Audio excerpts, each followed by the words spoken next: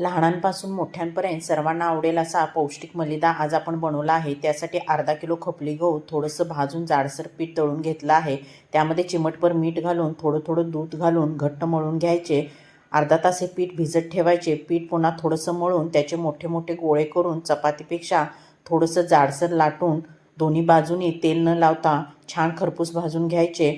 भाजलेल्या चपातीचे मोठे मोठे तुकडे करायचे म्हणजे ते पटकन थंड होतात।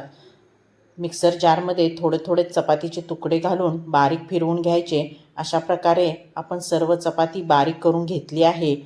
त्यामध्ये एक मोठी वाटी बारीक चिरलेला गूळ घालून हाताने चोळून मिक्स करायचा। गूळ तुम्ही तुमच्या चवीनुसार कमी जास्त ते करू शकता।